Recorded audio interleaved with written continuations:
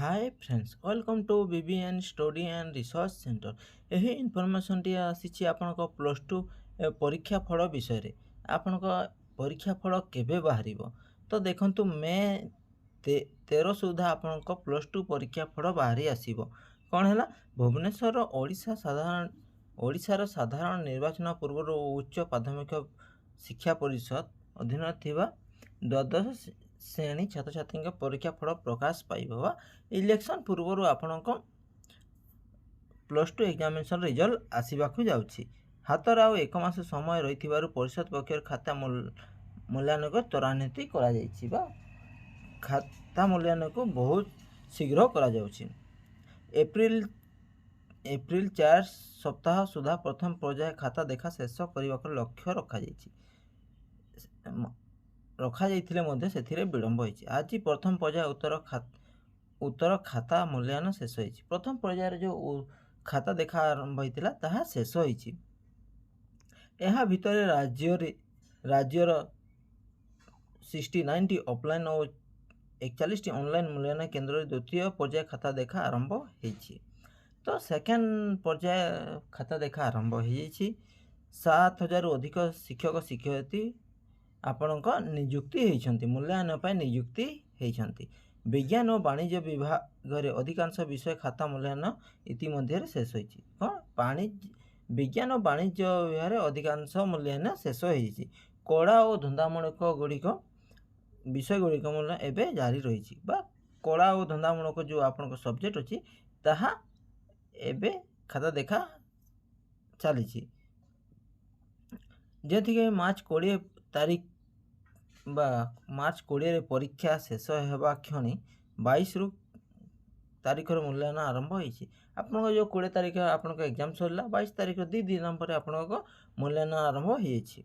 मूल्यांकन केन्द्र गुड़ी सुरक्षा व्यवस्था कड़ाकड़ी कर मोबाइल एवं वैद्युतिक सामग्री प्रवेश उपर कटना कर शांति रक्षा शब्द न करवा उपयुक्त परिवेश स्वच्छ शौचालय होइथिबा बेले गत सप्ताह लगातार रही ग्रीष्म प्रभाव खाता देखा समस्या सृष्टि करथिला आपण अत्यधिक गरम खाता देखा असुविधा होता।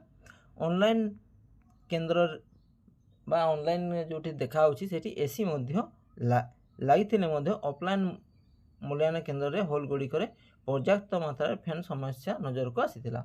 तो देखो निश्चित ओडिशा सरकार एते गुड़े ये डेभलप कर किंतु सठिक डेभलप कर विलंब होची। तो एबे द्वितीय पर्याय खाता मूल्यांकन चली जहाँकि आसंता 20 तारीख मध्य शेष हो आपण के 20 तारीख मध्य आपण द्वितीय पर्यायर मूल्यांकन शेष होगा लक्ष्य रखा। एप्रिल 16 सुधा मूल्यांकन सारे लक्ष्य धार्य होते से सामान्य विलंब होती आपन एप्रिल 16 तारीख मध्य सरीबार थिला किंतु यह विलंब होती। खाता मूल्यांकन सरीबा क्षणी अन्य कार्य त्वरान्वित कर मे आपण फाइनाली मे केते 13 भितर परीक्षा फल प्रकाश करने को लक्ष्य रखा। गोटे समय समाप्त विभाग परीक्षा फल प्रकाश करने को निष्पत्ति नहीं। तो देखो अलग अलग बाहर एका समय आप प्लस टू एग्जाम बाहर। तो जो पिला माने जो प्लस टू पिला माने अपेक्षा करते केबे एग्जाम रिजल्ट आसीबो तो मे 13 सुधा आपण एग्जाम रिजल्ट आसीज।